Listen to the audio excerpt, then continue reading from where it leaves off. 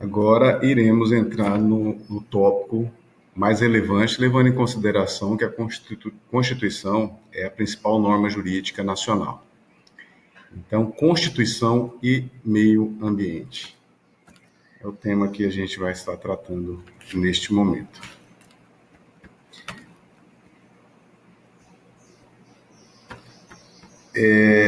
Já foi falado sobre o princípio da supremacia da Constituição em relação às outras normas jurídicas.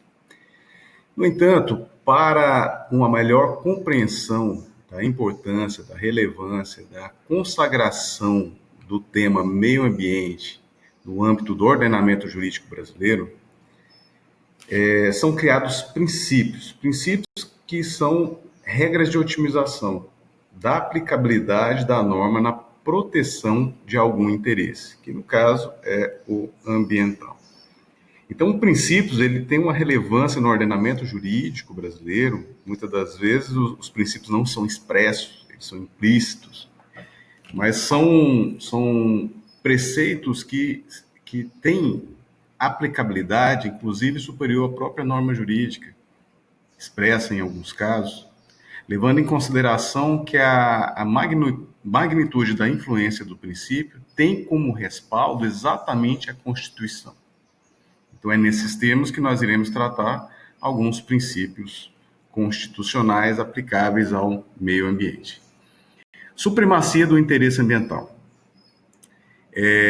Todos os princípios que nós iremos tratar, sem exceção no atual momento jurídico, eles não são considerados como verdade absoluta. Então, existe ponderações a serem feitas dependendo da situação do caso concreto. Supremacia do interesse ambiental, evidentemente, até prova em contrária, mas na comparação do interesse ambiental em relação à unidade, ao interesse privado, regra geral, deve preponderar o interesse ambiental. Então, não necessariamente seria tão supremo assim como é a Constituição. Princípio do interesse público em matéria ambiental. Quando se trata de meio ambiente, eu já falei lá no tópico meio ambiente, direito ambiental, o tema em si é considerado juridicamente como matéria de ordem pública. Isso significa o quê? Significa que o poder público, como um todo, que é dividido naqueles 4 entes federados, que é a União, os Estados, o Distrito Federal e os municípios, dentro deles também, que faz parte desse contexto do poder público, nós temos o poder judiciário, poder legislativo, poder executivo. Então, toda essa estrutura do poder público, quando lida de algum modo com a temática ambiental, é uma imposição essa atuação. E em razão exatamente do quê? Aí eu já estou falando do princípio seguinte, que é da intervenção obrigatória estatal na defesa do meio ambiente. Então, quando se trata da temática ambiental, as instituições públicas, quaisquer que sejam elas, é obrigatório exatamente o quê? Adentrar na temática, discutir a temática, abraçar a temática e enfrentá-la, se for o caso, no sentido de buscar medidas relacionadas à sua proteção. E por que o interesse público, que é o princípio anterior? Interesse público é exatamente aquilo que está por trás disso. Em razão de seu interesse que tenha afinidade com a coletividade como um todo, esse interesse público tem a ver exatamente com a coletividade. Que no caso ambiental, nós temos um particular dele envolver não só as presentes gerações, como as futuras gerações. Então, esse interesse público é algo que tem a correlação com o interesse da própria coletividade, a sociedade propriamente dita. E por trás da sociedade está o próprio poder público. Então, uma coisa ela se mistura com a outra. Nós temos aí vários princípios que se correlacionam. Então, o interesse público ele está afeto à sociedade como um todo. E a intervenção obrigatória está afeto exclusivamente à atuação do poder público. Princípio da função socioambiental da propriedade. Nós temos aí, na Constituição, expressamente, preceitos relacionados à propriedade privada. A propriedade privada urbana e propriedade privada rural. É em cima dessa sistemática que a Constituição estabeleceu formalmente, ou seja, está lá escrito, artigo 182, 183, 184, indicativos da necessidade de que alguém, para ser considerado como dono, então propriedade está ligada a patrimônio, a ser dono, e só é considerado, num parêntese em relação à complementação do que é a função socioambiental da propriedade. Então, assim, só é considerado como proprietário de um bem imóvel a partir do momento que aquele que adquiriu legitimamente, ele tenha os seus dados, nome, os dados pessoais, CPF, RG, dentro da matrícula do imóvel, que fica lá no cartório de registro de imóvel, em qualquer localidade do país. Então, quando alguém tem os seus dados lá e tem a correlação dos seus dados junto à matrícula, que é a identidade do imóvel, aí você pode ser considerado como dono, legalmente. Mas o posseiro também pode ser considerado como dono? Tecnicamente não, mas o posseiro ele tem um direito sobre esse bem. E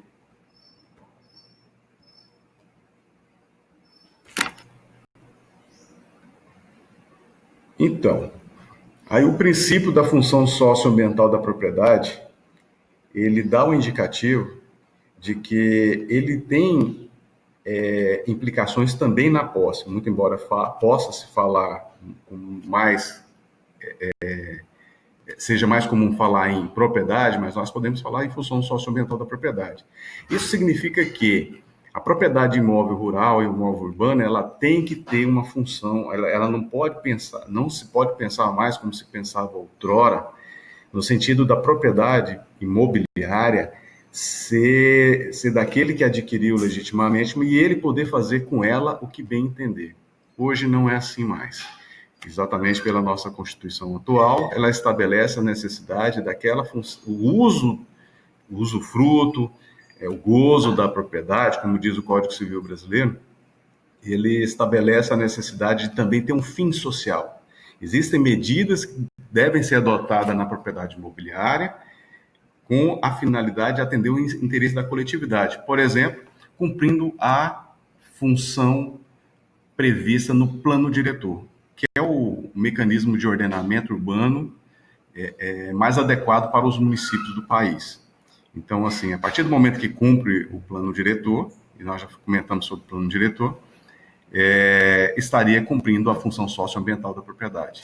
Por quê? Porque lá tem implicações de ordem social, ou seja, não se pode fazer tudo que bem entenda, existem parâmetros a serem seguidos na construção dos imóveis, na utilização efetiva dos imóveis, área de amortecimento para a captação da água da chuva e alimento ao lençol freático, o recuo ali da frente com calçado, com calçamento, a utilização daquele calçamento, a não construção em cima de muros dos vizinhos. No que diz respeito à propriedade rural, nós temos a peculiaridade, por exemplo, envolvendo o meio ambiente do trabalho, em que todos os trabalhadores rurais, eles têm direito à salubridade, é uma condição inegociável. Então, assim, as condições de trabalho do trabalhador rural também é uma das exigências que fazem com que haja o cumprimento da função socioambiental da propriedade, junto com também a própria utilização da propriedade rural. A propriedade rural ela pode ser considerada passível de desapropriação a partir do momento que não é dado o uso a que se destina, a utilização efetiva mesmo, em especial para fins econômicos. Então, a função socioambiental da propriedade é um outro princípio que nós tratamos. Avaliação prévia dos impactos ambientais. Esse é um princípio bem significativo, tem como reflexo a Lei de Política Nacional do Meio Ambiente, foi incorporado na nossa Constituição, lá no artigo 225, exigindo que as obras e empreendimentos, as atividades que impliquem impactos ambientais significativos, é exigido a realização de uma avaliação prévia. Essa avaliação prévia geralmente ocorre por meio do estudo prévio de impacto ambiental. Esse é o nome do estudo. Ou outros estudos correlatos, como o plano de controle ambiental, mas assim, antes de se realizar o empreendimento ou atividade, mesmo que possa ser legal, necessário se faz ter uma avaliação preliminar do que vai ocorrer, como vai ocorrer, quais os impactos, quais as medidas de compensação, quais as medidas de mitigação. Então, é um mecanismo eminentemente preventivo a realização desses estudos, antes da ocorrência dos empreendimentos e das atividades que vai gerar impacto necessariamente. E aí nós entramos no princípio do desenvolvimento sustentável.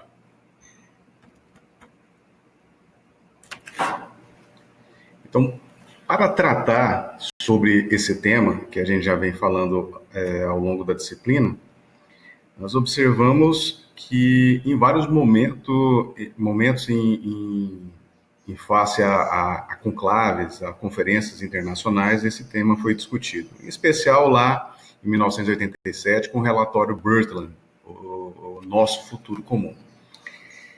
E aí, naquele momento, foi propagado para o mundo o que seria mais ou menos essa terminologia, que representaria aproximadamente o seguinte, que é buscar atender às necessidades das presentes gerações, sem prejuízo do atendimento às necessidades das futuras gerações.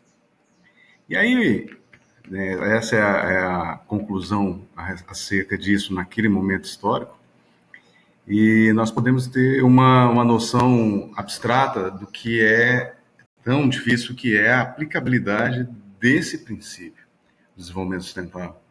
Porque para atender às necessidades nossas, eu já fiz comentários sobre isso, em relação às necessidades do presente, de outras pessoas, de outras coletividades, é uma temática extremamente complexa, porque as nossas necessidades são diferentes, umas maiores, outras menores, umas supérfluas, outras não, outras essenciais. Mas imagina fazer o comparativo ou o cotejo em relação às futuras gerações. Então, é uma temática bastante complexa e eu já adianto ao ponto de que acredito que o desenvolvimento sustentável seja utópico, pelo menos na atual realidade internacional e nacional. Mas, assim, vira e mexe, nós observamos discursos políticos, discursos discursos jurídicos formalizados sobre essa temática, todas elas chancelando a importância desse tema.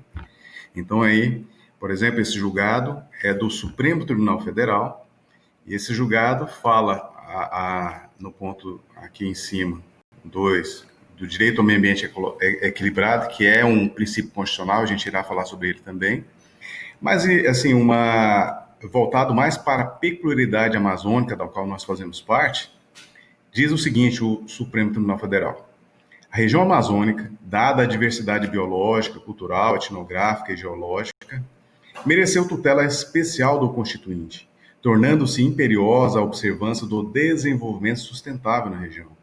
Conjugando, aí vem a explicação mais apropriada, conjugando a proteção à natureza e à sobrevivência humana nas áreas objeto de regularização fundiária, que é aquela particularidade, mas pode ser replicada para qualquer outra. Número 3 aqui, né? Revela-se da importância ímpar a proteção de regularização fundiária nas terras ocupadas de domínio da União na Amazônia Legal, de modo a assegurar a inclusão social das comunidades que ali vivem, por meio da concessão de títulos de propriedade ou concessão de direito real de uso às áreas habitadas, redução da pobreza, acesso aos programas sociais de incentivo à produção sustentável, bem como melhorando as condições de fiscalização ambiental e responsabilização pelas lesões causadas à floresta amazônica. Esse julgado que eu acabei de mencionar, ele teve como relator o Fachin, e ele é de 2017, publicado somente em 2019. Mas nós temos um outro julgado que fala também sobre desenvolvimento sustentável, que eu vou fazer a leitura e o comentário agora.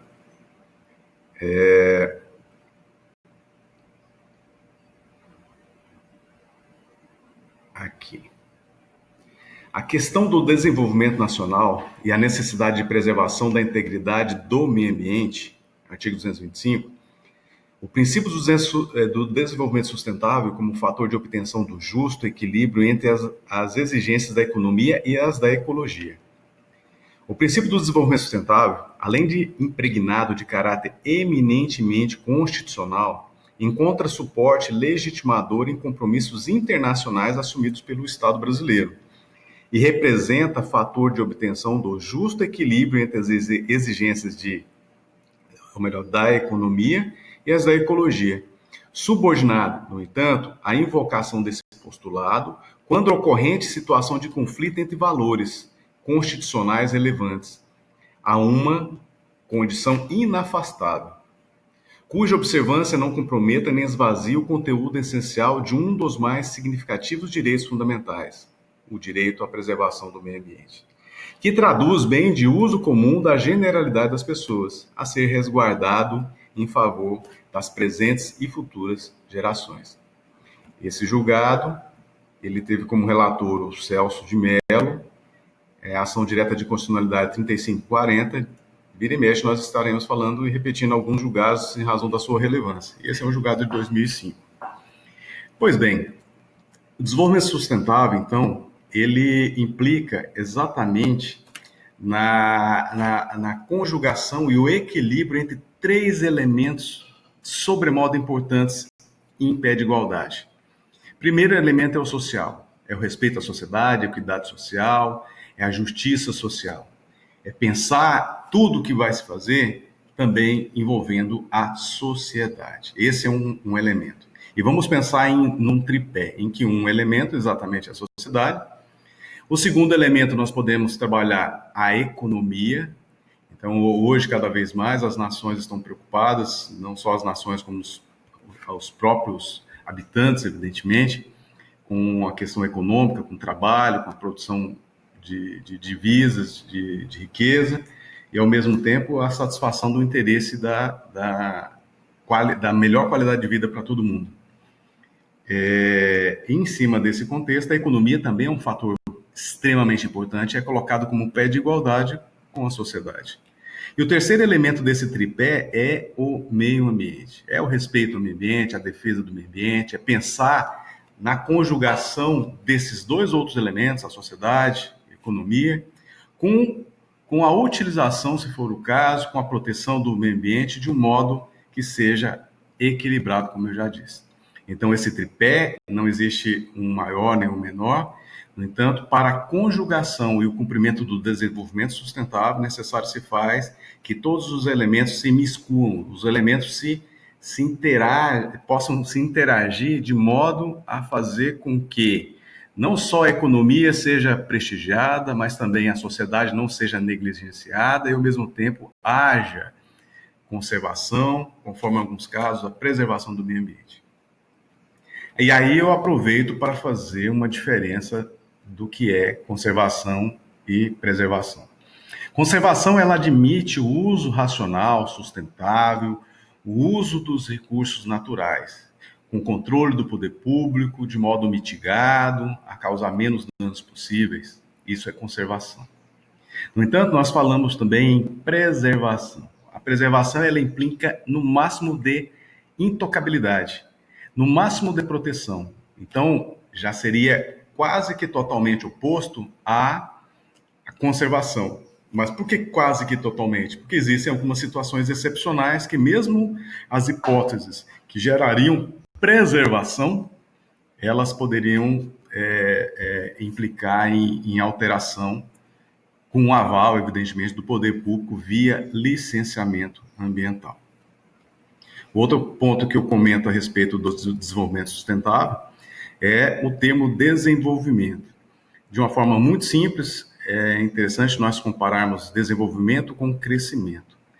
Crescimento lembra quantidade, número. Então, por exemplo, crescimento populacional. Nós pensamos em número de pessoas que estão aumentando ou diminuindo em determinada localidade. E o desenvolvimento, por sua vez, ele pensa quantidade e qualidade. Então, o melhor é exatamente pensar em quantidade e qualidade. Por isso que é desenvolvimento e não crescimento sustentável. Nós observamos, inclusive na atualidade já não prospera mais, mas tem os efeitos de um programa do governo federal que se chamava PAC, que é o Programa de Aceleramento, sei lá, do Crescimento, que é o PAC. Então, assim, o governo federal investiu, né, uma quantidade absurda de dinheiro em todo o país, mas exatamente com essa perspectiva, cuja nomenclatura ela não atende aos anseios do que a gente está acabando de falar sobre desenvolvimento sustentável. Então é interessante nós observarmos os discursos políticos, os discursos, inclusive jurídicos mesmo, e as próprias normas que são produzidas, para fazer um reflexo se está cumprindo essa premissa maior do desenvolvimento sustentável ou não. Eu já participei e assisti uma palestra de um político em que ele fala, o nome da palestra era Desenvolvimento Sustentável do Estado de Roraima. Então, existiam várias autoridades estavam ali presentes, de todos os poderes, e aí, terminada a palestra, eu fiz uma pergunta, assim, mas a palestra, eu não vou, falei que não iria falar sobre a temática ambiental, porque é uma coisa mais lógica em razão de estar atuando nesse tema, mas eu indaguei a respeito da questão que a fala em si levou em consideração exclusivamente o elemento econômico. Não falou, muito menos falou de meio ambiente e esqueceu de falar sobre a sociedade, que compõe o tripé do desenvolvimento sustentável. Então, fiz uma sugestão exatamente que fosse retificado em outros momentos que fosse falar sobre esse tema, para contemplar, sem entrar na seara ambiental em si, mas a sociedade ela precisa fazer parte desse contexto. Se vai falar de desenvolvimento sustentável, não pode esquecer esses três elementos. Então, essa é a questão. Hoje eu vejo, como eu disse, desenvolvimento sustentável como algo tópico, mas é tão tópico que nós observamos não só em nível internacional, como a ONU, via inúmeras comissões estabelecendo indicativos para o cumprimento do desenvolvimento sustentável, que é muito abstrato, muito aberto. Eu já vi situação, por exemplo, de estabelecer 50 quesitos, indicativos, que cumprido esses indicativos estaria cumprido o desenvolvimento sustentável. No Brasil, nós temos aí com a chancela do IBGE, pouco mais de 50 indicativos para cumprimento do desenvolvimento sustentável, isso porque já foi retificado, era em número maior, inclusive. Então, o que nós podemos depreender dessa situação toda é exatamente isso. Para cumprir algo tão importante, existirem tantos indicativos, será que nós poderíamos falar em desenvolvimento sustentável no âmbito local, nacional, regional e internacional? É algo a se pensar. Extremamente complexo. Será que nós cumprimos esse desenvolvimento sustentável no âmbito doméstico? Então, a reflexão que é importante nesse contexto exatamente é essa. Como dar cumprimento de um modo simplificado a algo tão importante? E quem tem a fórmula mágica em relação a isso? Mas são essas questões que são objeto de discussão. Outro princípio que nós iremos tratar é o do poluidor-pagador. Poluidor-pagador, aí sim, esses têm julgados à torta e direita. Então, vocês podem fazer pesquisa, se quiserem, a respeito desse princípio, que é um dos princípios mais relevantes, que implica necessariamente em duas situações. Primeira situação, aquele que pratica algo que de algum modo cause dano, prejuízo, ilícito, degradação ambiental, está sujeito a responder por ela. Está sujeito a reparar o que causou efetivamente. Então, o poluidor-pagador, na sua vertente mais significativa, ele implica exatamente na contrapartida à ação ilícita do poder público exigir algo em troca, em especial a reparação, alguns casos indenização, alguns casos pode configurar infração penal, infração administrativa, que a gente vai estar falando ao longo da disciplina. Então, o princípio do poluidor-pagador, ele lembra muito que aquele que, por ação ou omissão, comete algum dano ambiental está sujeito a ser responsabilizado. Mas existe uma perspectiva também dentro do poluidor-pagador, que poderia ser considerado por alguns como princípio do usuário-pagador, que é a análise, uma análise diferente, que é exatamente aquele que utiliza os recursos naturais fica sujeito a pagar por eles. Seria mais ou menos isso. Não é pagar para poluir. Então, é vedado, ou seja, é proibido no ordenamento jurídico brasileiro pagar para poluir. Pelo menos nesses termos. O que acontece? Qualquer atividade que nós possamos desenvolver, ela vai implicar em algum dano. Então, o usuário pagador permite a utilização dos recursos naturais com aval do poder público, vai gerar algum passivo ambiental, mas um passivo ambiental que pode ser considerado, teoricamente, como controlado, a exigir daquele que está utilizando exatamente o que? Uma mitigação, uma compensação pelos danos que serão causados. Isso no caso, por exemplo, de instalação de empreendimentos e atividades que sejam potencialmente poluidoras ou capazes de causar degradação ambiental. Mas nós podemos falar também no usuário pagador do cidadão, por exemplo, que vai visitar um parque nacional. Então, há um tempo atrás não estava sendo cobrado, passou a ser cobrado novamente, mas a visita em parques nacionais tem que ter o controle do poder público. Um dos controles é exatamente o que? É a forma de entrada, o aval prévio, por meio de pagamento de uma contribuição lá, né?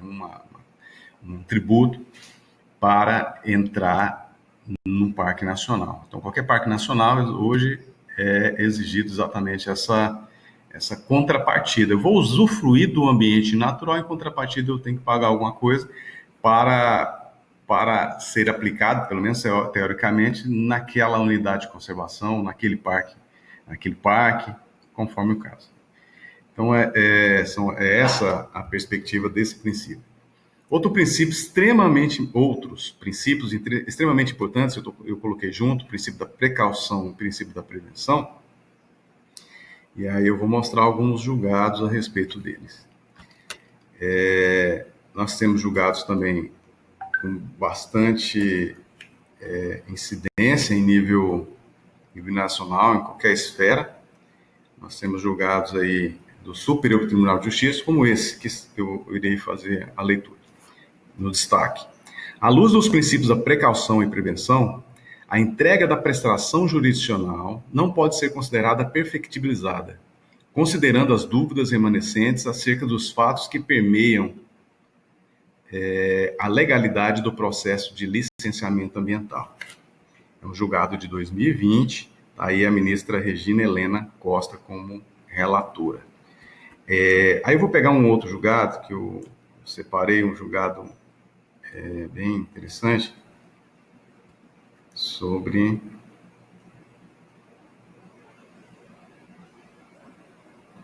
os dois princípios, princípio da precaução e princípio da prevenção. Mas vamos lá. Só achar.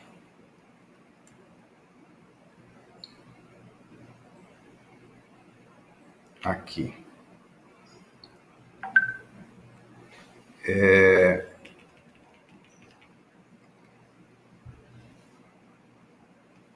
A previsão legal de medidas sem a demonstração prévia de sua eficácia e segurança pode violar os princípios da precaução e da prevenção.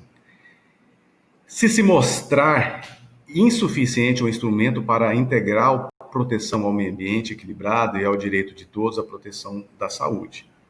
O papel do Poder Judiciário em temas que envolvem a necessidade de consenso mínimo da comunidade científica, a revelar a necessidade de transferência do locus, ou do local, da decisão definitiva para o campo técnico, revela-se no reconhecimento de que a lei, se ausente os estudos prévios que atestariam a segurança ambiental e sanitária, pode contrariar os dispositivos constitucionais apontados pela autora em sua exordial ou em sua petição, necessitando, assim, de uma hermenêutica constitucionalmente adequada a assegurar a proteção da vida, da saúde e do meio ambiente. Esse julgado aqui já é de 2019, publicado em 2020.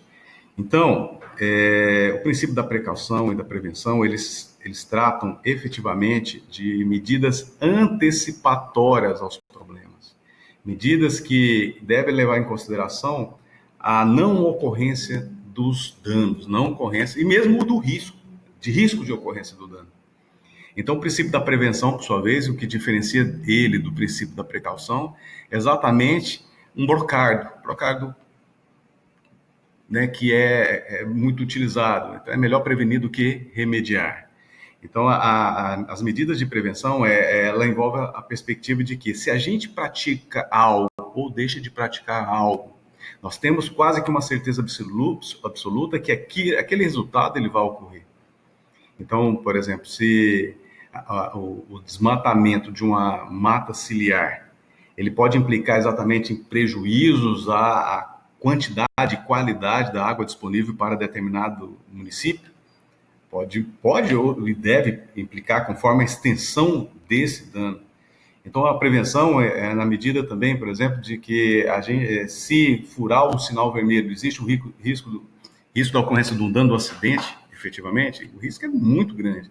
Então, a prevenção lembra muito a quase certeza da ocorrência do resultado, em alguns casos até certeza da ocorrência do resultado. Como os casos que nós já mencionamos nas justiças ambientais relacionados os desmoronamento das barragens de Mariana, de Brumadinho, em que a não adoção das medidas de contenção adequadas, de contenção de proteção daqueles efluentes que estavam armazenados lá naquelas localidades, culminou com a ocorrência do dano. Então, era previsível aquilo? Era previsível, perfeitamente previsível. Então, a não adoção por medidas de cunho econômico, economizar recursos, redundou em desastres absurdos aí a coletividade nacional, inclusive, quiçá internacional. Então, os princípios violados nesses casos, o princípio do poluidor pagador, desenvolvimento sustentável, o princípio da prevenção. Então, a prevenção lembra muito próximo à certeza. E a precaução, em si, ela lembra a perspectiva exatamente de um apoio científico, técnico-científico, que indique a possibilidade de ocorrência de um dano ou de um risco. Indique que existe algo que, se não evitado, tem uma probabilidade de ocorrência de um dano muito grande.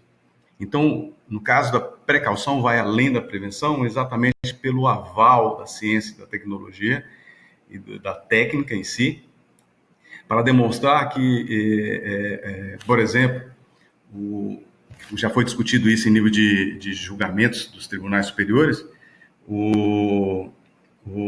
a soja, os produtos, as sementes transgênicas, né? O uso das sementes transgênicas sem um estudo adequado para demonstrar que poderá haver prejuízo ao meio ambiente, à sociedade como um todo, isso gerou impactos jurídicos ao ponto de limitar a atuação de determinado empreendimento exatamente por causa do risco cientificamente comprovado da ocorrência de dano.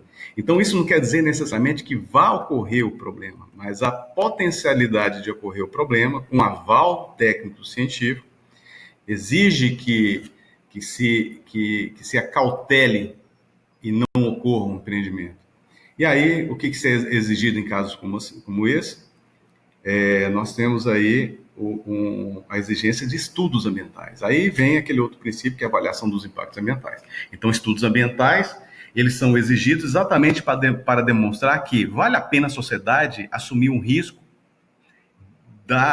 do consumo, da utilização, ou mesmo da dispersão de produtos e serviços que, de algum modo, possam causar risco à própria sociedade. Essa que é a grande questão, que busca-se evitar. Então, a precaução ela pode impedir a ocorrência do empreendimento ou de uma atividade. A precaução também é um mecanismo extremamente importante para paralisar o empreendimento até sanadas as dúvidas técnico-científicas. Agora, qual que é o limite disso? Depende do caso concreto. Depende da base da tolerabilidade do uso daquele tipo de produto pela sociedade. Existem, por exemplo, inúmeros estudos falando sobre os danos causados pelas antenas de telefonia celular, ou ERBs, que é a estação rádio base. E ao mesmo, não bastasse isso, existe também o uso do próprio aparelho em si, né, que pode causar ou causa efetivamente, dependendo do uso constante, danos ao cérebro, danos no organismo como um todo. Mas até que ponto nós, como sociedade atual, admitimos abrir mão do uso desse bem, desse produto? Assumimos o risco em relação a isso?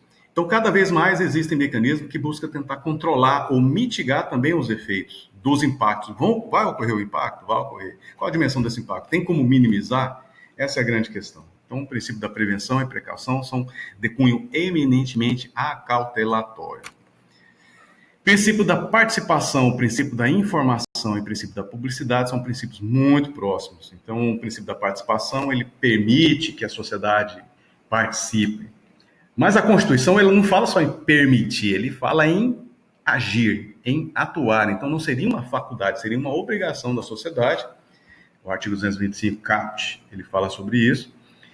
Mas foi estabelecido como princípio exatamente para legitimar a possibilidade de qualquer pessoa poder participar do processo de decisão, poder participar e tomar, agir efetivamente em algo que vai implicar em mudanças ambientais no âmbito urbano, no âmbito rural, ou seja, permite que a sociedade individualmente considerada ou coletivamente considerada tenha voz e vez. Essa é a base do princípio. Que, conjugado com o princípio da informação, essa lei é uma lei federal, Lei 10.650, e ela estabelece o princípio da informação ambiental do Brasil. Exatamente delimitando alguns indicativos, não exclusivamente, porque existem outras normas que também complementam o princípio da informação, como, por exemplo, a resolução do CONAMA, número 237, 1997, que exige exatamente o quê? Que as pessoas possam ter acesso ao que ocorre no âmbito do licenciamento ambiental. Então, assim, esse acesso à informação é exatamente isso. Olha, eu quero ver, e já de antemão eu sugiro que vocês deem olhadas nos veículos de comunicação, que existem publicações que são feitas rotineiramente de autorizações ambientais e licenças ambientais. E as pessoas que veem isso na publicação, que é uma obrigação, aí já entra o princípio da publicidade, que regra geral, tudo deve ser publicado, envolvendo licenciamento ambiental, envolvendo a aplicação de sanção ambiental, como multa. Então, a partir do momento que as pessoas tomam conhecimento desses dados que foram publicados, eles podem se informar, buscar algo mais concreto junto ao próprio órgão ambiental e solicitar lá a cópia de documentos, informações, mídia. E se tiver custo, a pessoa é obrigada, de acordo com a lei, a pessoa pagar a custa, se houver custo em relação ao acesso a esses dados. A única exceção que nós podemos observar, de acordo com a legislação, é o caso do sigilo, por exemplo, sigilo industrial, sigilo comercial, que evitaria, impediria o acesso do cidadão a qualquer tipo de informação. Então, no caso do licenciamento ambiental, que nós iremos tratar na disciplina, que é um dos pontos mais relevantes, que permitem, entre aspas, o controle do poder público acerca do que vai ser feito em relação ao meio ambiente legalmente, com a concretização de atividades, empreendimentos,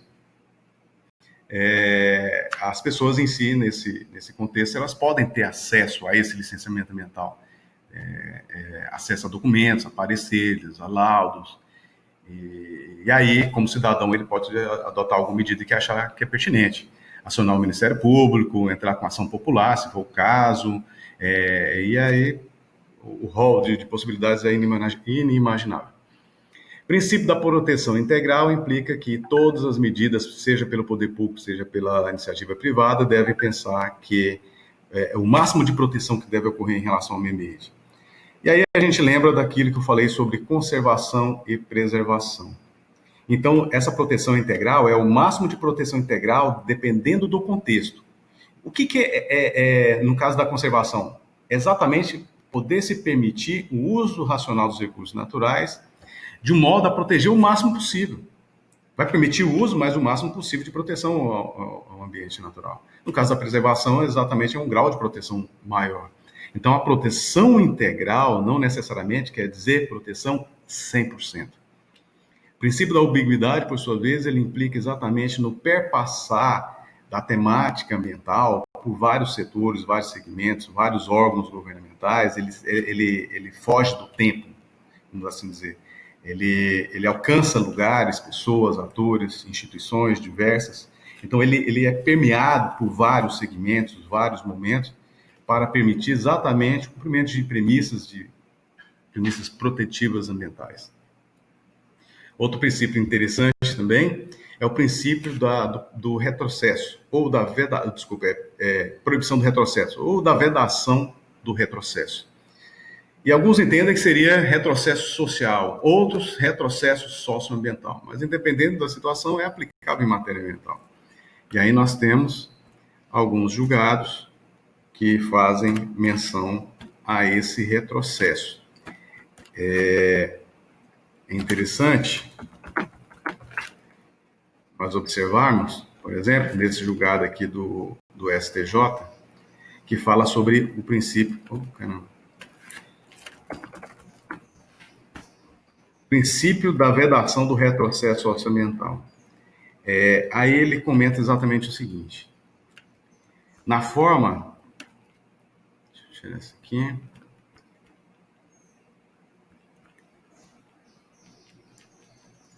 Na forma da jurisprudência do STJ, o novo Código Florestal não pode retroagir para atingir o ato jurídico perfeito, os direitos ambientais adquiridos e a coisa julgada. Tampouco para reduzir de tal modo, e sem as necessárias compensações ambientais, o patamar de proteção de ecossistemas frágeis ou espécies ameaçadas de extinção, a ponto de transgredir o limite constitucional intocável e intransponível da incumbência do Estado de garantir a preservação e a restauração dos processos ecológicos essenciais. Esse julgado, ele é de 2020. Então, o que a gente pode antever? E o Supremo Tribunal Federal, existem vários julgados falando sobre esse tema. É um tema bastante em voga, e foi muito questionado aí com o novo Código Florestal, em razão dos retrocessos que estavam ocorrendo na nova norma. Mas aí o STJ já se posicionou, por exemplo, muito embora não analise a questão constitucional que está própria ao Supremo Tribunal Federal, o STJ se posicionou exatamente aquilo que já foi exigido, aquilo que já foi cobrado, aquilo que já foi efetivado, aquilo que já é algo concreto, antes da entrada em vigor da lei, no caso do Código Florestal, que ocorreu em 28 de maio de 2012, ele deve ser respeitado, deve ser observado, embora seja pior para o considerado infrator, aquela situação. Ali foi dado o exemplo da reserva legal, mas pode ser considerada área de preservação permanente, dentre outras condutas, que levaram em consideração fatos já praticados, fatos já consolidados, como ato jurídico perfeito, coisa julgada, etc.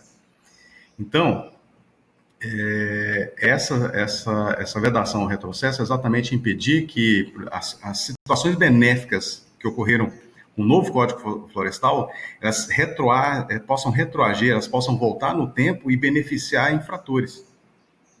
O Superior Tribunal de Justiça já bateu esse martelo. Está de acordo com a Constituição e com o posicionamento do Supremo Tribunal Federal, naquele julgado que eu já mencionei, da ação direta de constitucionalidade número 42, que fala que o princípio da vedação do retrocesso ambiental ele não seria absoluto? Está de acordo, sim. Porque a vedação do retrocesso julgada pelo Supremo Tribunal Federal levou em consideração uma lei nova. A lei nova, o novo Código Florestal, que é a Lei 2.561, que revogou a lei anterior, que era mais benéfica na proteção do meio ambiente. Então, nessa discussão, não pode simplesmente voltar atrás para atingir atos que ocorreram de acordo com a lei anterior. Essa é a grande questão. Princípio da solidariedade intergeracional, nós já fizemos alguns apontamentos no sentido de que nós temos obrigações, a presente geração tem obrigações em relação às futuras gerações. Então, essa solidariedade intergeracional é a obrigatoriedade da presente geração adotar medidas de cunho protetivo que garantam a melhor qualidade ambiental para as futuras gerações. Exatamente nesse contexto está expresso na Constituição e nós iremos tratar também. Piso mínimo existencial ambiental. Então, seria a condição do que nós... O máximo todo mundo já tem uma ideia. Agora, qual que é o mínimo? Abaixo daquilo ser considerado como inconstitucional. Então, foi estabelecido um princípio que seria do piso mínimo existencial ambiental, que é muito abstrato. Então, depende do caso concreto, depende da localidade, depende da realidade de cada nação. Se nós compararmos esse piso mínimo existencial ambiental, que não é nada objetivo, com o que nós poderíamos considerar como esse piso na nossa realidade de Boa Vista, comparado com outras realidades daqueles que vivem em ambiente urbano, em qualquer metrópole do Brasil. Então, de repente, a qualidade que eles exigem lá é um pouco pior daquilo que nós podemos exigir aqui, que é menos poluído, o ar é mais limpo, etc. Outro princípio que nós até comentamos lá em Estocolmo, que foi muito relevante, é o princípio da educação ambiental. E essa educação ambiental, ela não é só daqueles que estudam efetivamente nas instituições públicas, nas instituições privadas, em qualquer nível, qualquer grau. Superior ou não, pós-graduação ou não, infantil, juvenil, adulto, mas também envolve aqueles que não estão nos bancos escolares, universitários, envolve a sociedade como um todo. Essa educação ela é permeada pela sociedade integralmente. E é exatamente um princípio que eu reputo como o mais relevante e a melhor saída, no meu ponto de vista, para a solução dos problemas do presente e do futuro, que virão, evidentemente. Então, a educação ambiental, o cidadão melhor educado ambientalmente, ele tem possibilidade, ou melhor, o indivíduo melhor educado ambientalmente, ele tem possibilidade de agir melhor em relação, não só ao ambiente que o cerca, como em relação às outras pessoas, resguardar os interesses das outras pessoas, cumprindo o princípio da solidariedade. Solidariedade entre as pessoas, entre as comunidades, solidariedade entre as gerações. Essa é uma questão bastante relevante e não pode se colocar em segundo plano. Nós temos, inclusive, uma lei de educação ambiental nacional, uma lei de educação ambiental estadual, então não é por falta de norma que a educação ambiental não ocorra como se desejaria. Mas eu digo de antemão que outrora não se falava nem nesse tema, não se discutia esse tema. É algo mais recente, está se evoluindo, está se buscando mecanismos de discussão melhor. Então, as crianças, por exemplo, que estão formando hoje, em relação àquelas de outras gerações anteriores, estão tendo um contato maior com a necessidade de respeito ao meio ambiente. Pois bem, os princípios eles não são em rol exaustivo, somente exemplificativo. Então, eu coloquei aqueles que eu acho reputo mais adequados, mais pertinentes, mas existem outros tantos princípios criados, aí o rol ele não tem limite. E aí nós falamos em conflito e colisão. Eu já comentei a respeito de conflito ou colisão, conforme o caso. O Supremo Tribunal Federal, já em julgado, que inclusive eu já fiz a análise aqui, fala de conflito entre princípios fundamentais. Existem doutrinadores que falam em colisão entre os princípios fundamentais. Mas, assim, independente da nomenclatura em si, nós observamos que existe um enfrentamento de um princípio em relação ao outro. Eu já fiz o comentário a respeito do meio ambiente natural com o exercício da atividade religiosa, que eu não vou fazer menção agora. Mas nós temos exemplo também em relação ao meio ambiente natural e o meio ambiente cultural. Então, a rinha de galo pode ser considerado como passivo de permissão do poder público, o seu funcionamento. A vaquejada. Então, em relação à vaquejada, já existe uma mitigação do Supremo Tribunal Federal. No que diz respeito à rinha de galo, existe uma vedação em julgado lá do Supremo Tribunal Federal, falando que é inconstitucional. Mas, assim, em nível nacional, nós observamos algumas leis estaduais que tratam da temática, ora permitindo, ora estabelecendo os contornos do funcionamento. Existem projetos de lei em andamento em relação a essa temática. Então, assim, é um tema bastante... Existe esse enfrentamento. Falam que é atividade cultural, sempre Nas defesas, nas responsabilizações ambientais, um dos argumentos, no caso da rinha de galo, dos maus tratos, é o exercício de atividade cultural, o que, segundo os julgados aí do Supremo Tribunal Federal, Superior Tribunal de Justiça e tribunais nacionais, né, é considerado como inconstitucional. Meio ambiente e direito de propriedade, já fiz algum comentário dizendo que o direito de propriedade ele não é absoluto, o proprietário ele não pode fazer o que bem entenda. Então, ele possa achar que é conveniente, existem regras a serem estabelecidas no exercício do direito de propriedade. Por exemplo, em relação à proteção do meio ambiente.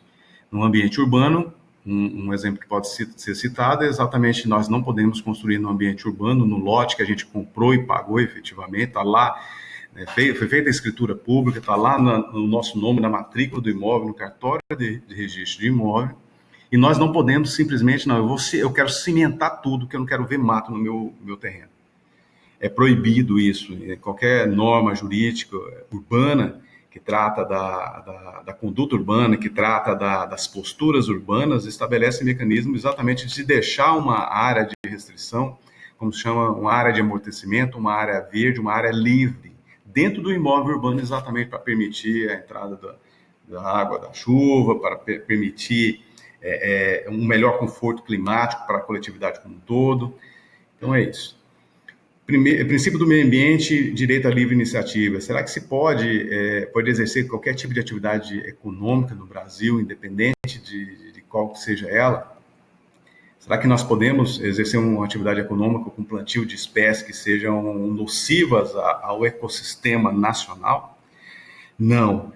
Tanto que existe um controle nas fronteiras, seja aérea, seja navio, seja nos portos, né, no caso, seja nas divisas físicas ou secas, o controle do controle sanitário, do que pode ou não entrar, sejam sementes, sejam plantas, sejam animais, exatamente com essa perspectiva do problema que ou pode ser a entrada de algo que possa ser comprado fora, né, a título de livre iniciativa, mas que não possa ser utilizado interna corporis ou dentro do ambiente nacional.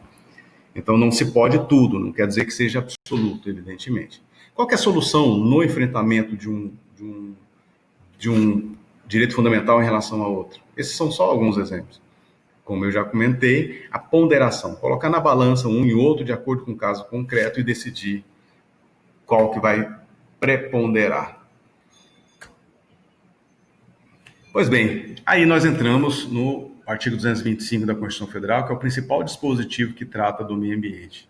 E aí, no caput do artigo 225, já está discriminado nele exatamente o caput é a cabeça do artigo. Está discriminado aí o que eu vou fazer como comentário a respeito do alcance dele. Então, está lá dentro desse artigo, que é desse caput do artigo, que é direito fundamental ao meio ambiente ecologicamente equilibrado. É um direito de todos, efetivamente. É considerado, inclusive, como princípio também. Princípio ao meio ambiente ecologicamente equilibrado. Princípio esse que não necessariamente é um princípio absoluto, porque, tecnicamente, eu já vi professores doutores, em cursos que eu fiz, de ecologia, de biologia, falando que esse princípio é uma balela, esse princípio é impraticável, não existe ambiente ecologicamente equilibrado. Existe um natural desequilíbrio que se harmoniza ao longo do tempo, se desarmoniza, mas ele não é perfeitamente equilibrado. Pensar que existe algo, o melhor seria exatamente esse equilibrado, isso não é verdade. Mas o que a gente deve depreender dessa questão? É pensar no melhor, evidentemente. Um ambiente que proporcione melhores condições de uso, gozo, bem-estar para todos, presentes e futuras gerações. O destinatário, como disse, todos, efetivamente. Esse todos, ele implica exatamente qualquer pessoa. Não necessariamente nós deveríamos considerar como povo, que é o que está dizendo a Constituição, e sim população, porque povo é o conjunto de cidadãos. Então, é interessante nós observarmos exatamente isso. Qual é o destinatário do meio ambiente em si? Todos, independente de qualquer circunstância. Essencial a sadia e qualidade de vida. É algo que está previsto expressamente, é considerado como um princípio também fundamental, expresso, que nós temos o direito fundamental à sadia e qualidade de vida. E aí eu faço paralelo, que a sadia e qualidade de vida, já fiz comentários sobre isso, não é a mesma coisa do que sobreviver. A sadia e qualidade de vida não é a mesma coisa que viver. Então, exige o exercício de uma vida com qualidade. E o meio ambiente pode proporcionar se tiver em condições adequadas. E a responsabilidade é de quem para garantir tudo isso? Como eu disse e venho falando, o princípio é da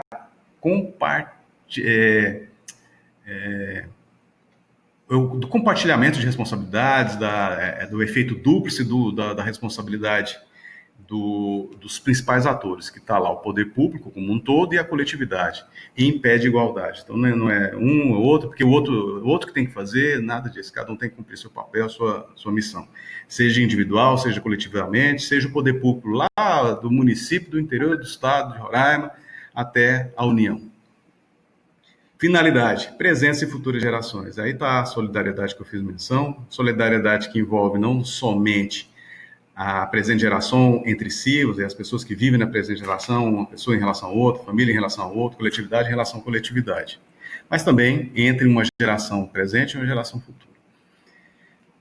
Preservação e conservação, já fiz alguns comentários, e aqui eu coloquei na Constituição exatamente para pensar que preservação envolve um grau de proteção muito maior e a conservação permite o uso. E aí a imagem abaixo, ela fala do desenvolvimento sustentável. Pensa no econômico, pensa no ecológico, pensa no social, mas isso aqui deve ser observado sobre o ângulo de um plano, como se estivesse observado no plano, nada, não tem ponto superior. O ecológico não seria superior ao social e muito menos ao econômico e vice-versa. Então, o desenvolvimento econômico é exatamente essa perspectiva, pensar nos três elementos, senão não se fala em desenvolvimento econômico, desenvolvimento sustentável. Meio ambiente considerado como direito fundamental. Como eu já mencionei, alguns entendem como sendo de terceira dimensão, principalmente o Supremo já decidiu nesse sentido também, considerado como terceira dimensão ou geração dos direitos fundamentais, equiparado aos direitos de fraternidade ou solidariedade, que envolvem também o direito ao desenvolvimento, o direito à paz, o direito de propriedade, o direito de comunicação. Direitos cujos sujeitos não são os indivíduos, mas grupos, como a família, o povo, a nação e a humanidade, indistintamente considerados. Aí eu já fiz um comentário a respeito da sadia de qualidade de vida, que não é o mesmo que vida. Aí eu faço um comentário. A limitação da simplória sobrevivência, o paradoxo dos opostos, falta e excesso e meio ambiente. Então, assim, existem situações na vida, no cotidiano, que mostram exatamente o excesso de riqueza, o excesso de pobreza, o excesso de alimento, de comida, de bem-estar, a falta, a carência, ou às vezes a inexistência das mesmas condições no âmbito global. É algo que precisa ser pensado. Como é que nós podemos falar em sadia e qualidade de vida no âmbito nacional e mesmo internacional com essas divergências? E aí eu já fiz comentário que a ONU, por vários momentos, em vários segmentos, em várias comissões, em várias conferências, já estabeleceu a necessidade de se pensar o combate à pobreza de um modo mais efetivo. É um exemplo. Não há como pensar em meio ambiente sem a sadia qualidade de vida e a dignidade da pessoa humana. Esse é o ideário que não pode se abrir mão. O paradoxo é exatamente esse, de como enfrentar esse problema em nível local, regional, nacional e internacional. Mas a Constituição estabelece também outras premissas, seja dentro do artigo 225, seja em outros dispositivos da própria Constituição, leis infraconstitucionais. Por exemplo, a Constituição estabelece que a atividade minerária no Brasil ela pode ser permitida, mas exige exatamente a regularização, como por meio de todos os entes federados, se for o caso, com licença de uso, ocupação do solo, que é o município que dá, uma licença ambiental, conforme o caso, o Estado ou a União, a autorização de uso e exploração de recursos minerários por um órgão federal da União, que é responsabilidade da União, era o Departamento Nacional de Produção Mineral, DNPM. A Constituição também estabelece que a recuperação da área degradada é uma missão constitucional, é uma obrigação. Esse termo recuperação, nós iremos comentar sobre ele, que ele é inadequado, o melhor seria reparação. Estabeleceu também a necessidade para obras e empreendimentos que causassem danos ou pudessem causar danos significativos ao ambiente, a realização de estudo prévio de impacto ambiental e relatório de impacto ambiental. Nós iremos falar sobre ele no licenciamento ambiental. Esse é um estudo que também atende ao princípio lá da avaliação do impacto ambiental, da prevenção, da precaução. Nós temos também expresso na Constituição, no parágrafo 3º do seu artigo 225, a responsabilidade ambiental civil, penal e administrativa. Responsabilidade essa que envolve, inclusive, a pessoa jurídica, uma responsabilidade cumulativa. Também nós temos um tópico específico na disciplina. Nós temos a exigência de criação de espaços territoriais especialmente protegidos e proteção daqueles que já foram criados, efetivamente. Nesses espaços territoriais, inclua-se parques nacionais, estações ecológicas, bosques dos papagaios, por exemplo, área de preservação permanente, reserva legal, terras indígenas. Então, o rol é muito significativo, termo nacional. E todos esses têm no estado de Roraima. Como também a reserva particular de proteção natural, e aí vai. A Constituição estabeleceu alguns biomas nacionais como patrimônio nacional, dentre os quais está lá o Pantanal, tá a Amazônia, como destaque, que é o ambiente que a gente vive aqui, em Roraima. Outros dispositivos. Permeado pela Constituição, existem outros dispositivos que tratam de meio ambiente, direto ou indiretamente, seja como patrimônio cultural, lá no artigo 215, 216, nós falamos em direito à saúde, tem um viés ambiental também, a competência dos entes federados, nós já fizemos estudo de alguns dispositivos, nós falamos da exploração de atividade minerária, dos recursos hídricos, da exploração florestal, do exercício da atividade florestal, da educação. Então, na Constituição existem vários dispositivos que tratam. Mas o que mais se destaca, efetivamente, é o artigo 225, que na sua leitura, comparado com a Declaração de Estocolmo, existem muitos dispositivos próprios e aproximados ali, que lembram realmente o que foi ditado em 1972. Não bastasse a Constituição, nós temos aí constituições dos estados, do Distrito Federal, as leis orgânicas dos municípios, leis ordinárias, leis complementares, decretos, portarias, etc. Todos eles que têm que estar de acordo com a Constituição, sejam eles produzidos antes da Constituição de 88, sejam produzidos depois. Os depois têm que ser constitucionais, os anteriores têm que ser o quê? Aceitos pela Constituição. O nome que se dá a isso é recepção. Amazônia Legal. Eu faço uma abordagem a respeito da Amazônia Legal, esse é um tema novo na disciplina. É um tópico novo na disciplina, em que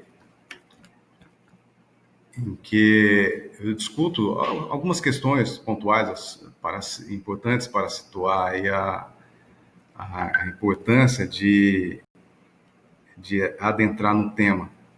Um tema que é extremamente importante, tendo-se em vista que nós vivemos num ambiente que tem um anseio, um apego internacional.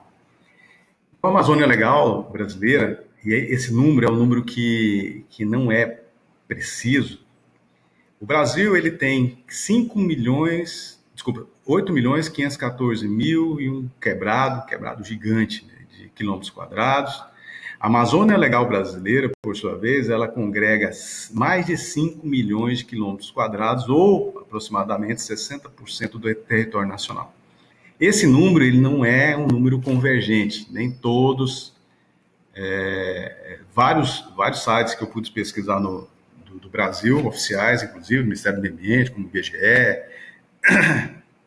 o Ministério da Defesa, estabelecem números diversos, mas aproximadamente 60% do território nacional, que é uma área absurda de grande, que congrega exatamente os estados do Acre, integralmente os estados do Acre, Pará, Amazonas, Roraima, Rondônia, Amapá e Mato Grosso.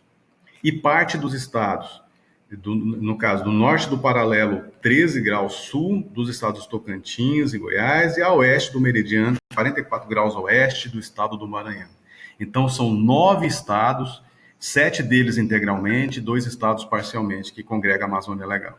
Essa Amazônia Legal não pode se confundir com a Amazônia Internacional, mas faz parte da Amazônia Internacional, que congrega 9 países. Essa Amazônia Internacional, incluindo o Brasil, nós temos aí a Guiana Francesa, nós temos o Suriname, Brasil, Guiana Francesa, Suriname, Guiana Inglesa, Venezuela, Colômbia, Peru, Equador e Bolívia. Então, são os 9 países que congregam o que se chama de Amazônia Legal, numa região absurdamente grande. E é isso. Dentro da Amazônia Legal, principalmente a definição que levou em consideração para a configuração de Amazônia Legal foi o bioma floresta amazônica, que não se confunde com a bacia hidrográfica amazônica. Então, a bacia hidrográfica da região amazônica, ela faz parte do bioma floresta amazônica. E a bacia em si, hidrográfica, tamanha a sua dimensão, que ela compõe mais de 3 milhões e 800 mil quilômetros quadrados, ou 76% do total da Amazônia Legal, ou 45% do território brasileiro. E ela é desenvolvida 100% dos estados do Acre, Amazonas, Amapá, Rondônia, Roraima, e 72% do Pará, 67% do Mato Grosso. A rica disponibilidade hídrica é de um pouco mais de 64% do total de 7 milhões de quilômetros quadrados da bacia amazônica internacional. 40% da América do Sul e 5% da superfície terrestre. É considerada a maior reserva de água doce superficial do planeta, com cerca de 15% do total, dos quais 85% permanece com cobertura vegetal nativa. É um dado do Ministério do Meio Ambiente. Então, as dimensões são dimensões que exigem uma atenção, uma preocupação diferenciada por parte de todos, independentemente, especialmente naqueles que vivem nessa região como nós todos. Então, essa é uma abordagem geral que eu faço em relação a esse tema, e não poderia deixar de fazer menção aí à importância da Amazônia Legal e estudo das suas implicações. Esse é o final da discussão em relação a esse ponto.